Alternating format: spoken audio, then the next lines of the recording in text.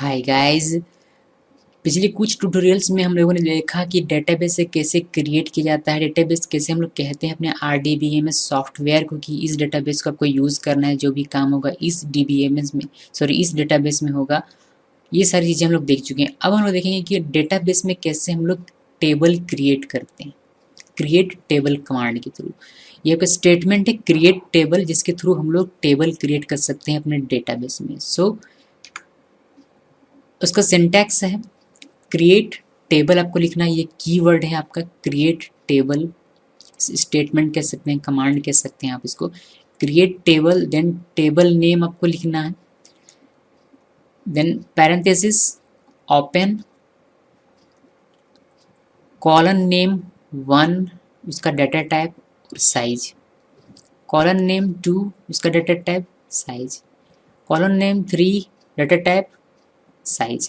याद रखिएगा सबको कॉमा से सेपरेट किया गया है। ये कॉलन नेम, इसका डाटा टाइप, साइज, फिर एक कॉमा, फिर दूसरा कॉलन नेम, फिर इसका डाटा टाइप, फिर इसका साइज, फिर कॉमा, फिर कॉलन नेम 3, फिर डाटा टाइप, फिर साइज। यहाँ कॉमा नहीं दिया गया बिकॉज ये लास्ट है। जब भी आप लास्ट कॉलन लिखते हैं, अगर यहाँ एक और कॉलन आप लिखते हैं कॉलन नेम 4, तो यहाँ आप कॉमा लिखते हैं और लास्ट वाले में कॉमा नहीं लिखते हैं। ठीक है, इस वक्त आपको ध्यान रखना है जब टेबल क्रिएट कर रहे हो तब। एक और बात कि आप चाहें तो ये पूरा जो सिंटैक्स है इसको आप एक लाइन में लिख सकते हैं, यानी कि क्रिएट टेबल, टेबल नेम, यहीं पर आप पैरेंथेसिस ओपन कीजिए, फिर colon name 1 data type size, फिर colon name 2 data type size, फिर colon name 3 data type size, फिर पैरेंथेसिस को बंद कीजिए और सेमीकोलन। उस तरीके से भी आप लिख सकते हैं जब इसको आप प्रैक्टिकली करेंगे तब। उससे कोई इफेक्ट नहीं पड़ता है, आप इंटर दें या ना दें। आप चाहें तो इसके बीच, इन दोनों के बीच बहुत सारा स्पेस भी दे सकते हैं, उससे भी कोई फ़र्क नहीं पड़ता है। ठीक है, बट ये इस तरीके से लिखने से पढ़ने में आसानी होती है कि कौन सा टास्क किया गया है यहाँ। ठीक है, इसका एग्जाम्पल देख लेते हैं। एक एग्जाम्पल देखिए, लिखा हुआ है मैंने क्रिएट टेबल माई टैब, मैंने नाम लिखा हुआ अपने टेबल का माई टैब। ओपन किया मैंने पैरेंथेसिस नेम, मेरे कॉलन का नाम है, फर्स्ट कॉलन का नाम है नेम, वार4 मेरा डाटा टाइप है वार4, इसको वार कैर भी बोलते हैं।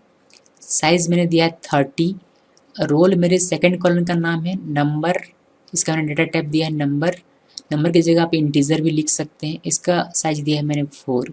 एड्रेस कॉलम नंबर 3 मेरा क्या है, एड्रेस है। वार4 इसका भी मैंने डाटा टाइप वार4 लिखा हुआ है और इसका भी 100 मैंने साइज दिया हुआ है। याद रखिएगा यहाँ कॉमा देना है, यहाँ कॉमा देना है, लेकिन लास्ट वाले में कॉमा नहीं देना है। और at the end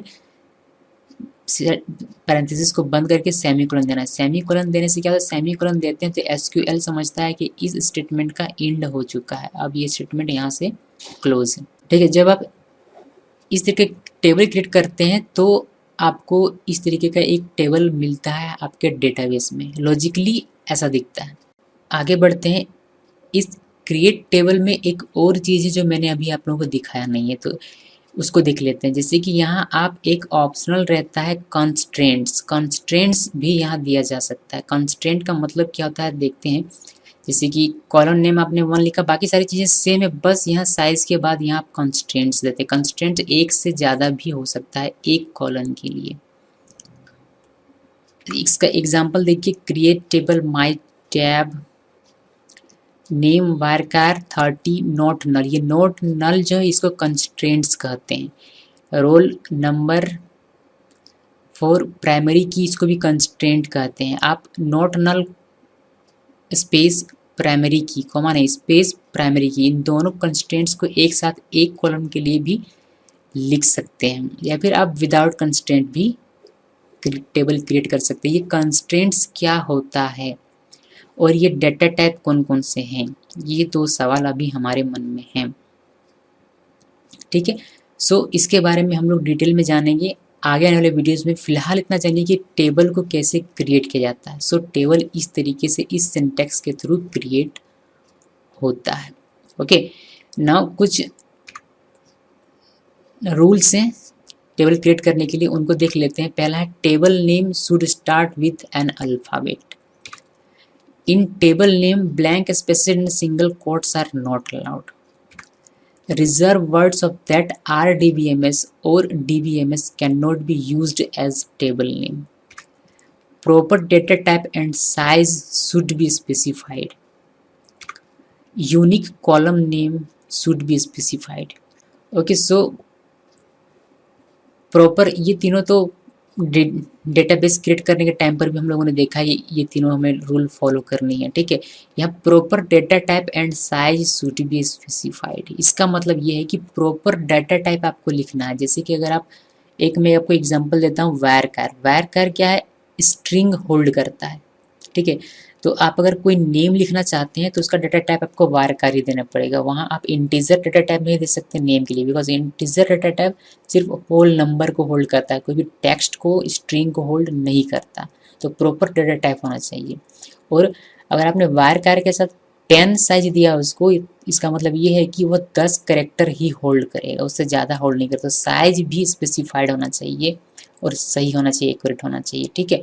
unique column name should be specified, यानी कि कॉलम नेम भी यूनिक होना चाहिए। एक ही टेबल में आप एक ही नाम से 2 कॉलम बनाते हैं तो वैसा पॉसिबल नहीं है, ठीक है। मे भी बन जाए बट प्रॉब्लम्स क्रिएट करेगा, एंड आई डोंट थिंक कि ऐसा हो पाएगा। Okay, so unique column name आपको देना है एक टेबल के लिए। आप अगर दूसरा टेबल बना रहे हैं, एक डेटाबेस में एक से ज़्यादा टेबल हो सकता है। आप अगर दूसरा टेबल में वही नाम रख दें तो चलता है, बट एक ही टेबल में सेम कॉलम नेम नहीं होना चाहिए। ओके, सो ये टेबल्स क्रिएट करने के कुछ रूल्स थे और ये सिंटैक्स है। सिंटैक्स एक बार फिर से हम लोग देख लेते हैं।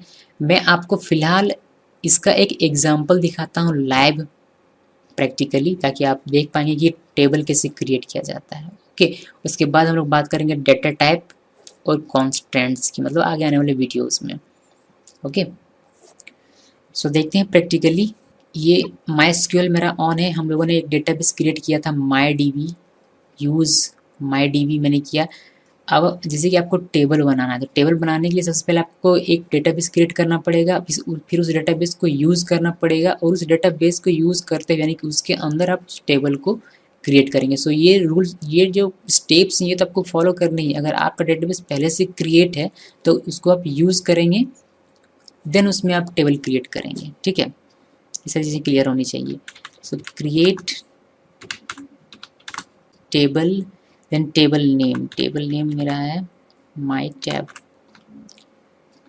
देन मैं इंटर प्रेस कर रहा हूँ। आप चाहें तो यहीं से पैरेंथेसिस ओपन करके यहीं से colon 1, colon 2, colon 3 करके आप लिख सकते हैं, बट मैं इंटर प्रेस कर रहा हूँ, ठीक है। इंटर प्रेस करते ही आपको यहाँ से ये मिलेगा। फिर मैं यहाँ पैरेंथेसिस ओपन करता हूँ, फिर मैं इंटर प्रेस कर रहा हूँ, फिर मैं अपना लिखूँगा फर्स्ट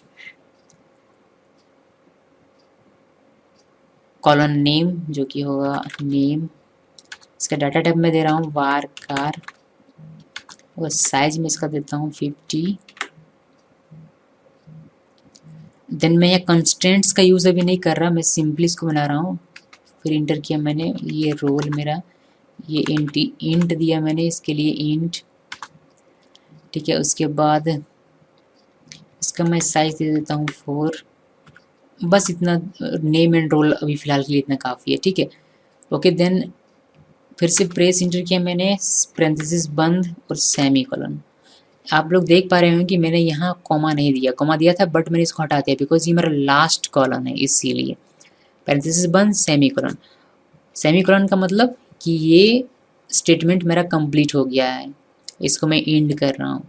अब मैं प्रेस कर रहा हूँ इंटर। जैसे आप इंटर प्रेस करते हैं आपको यहाँ फीडबैक मिलेगा, क्यूरी ओके 0 रो अफेक्टेड, यानी कि आपका टेबल क्रिएट हो गया, ठीक है।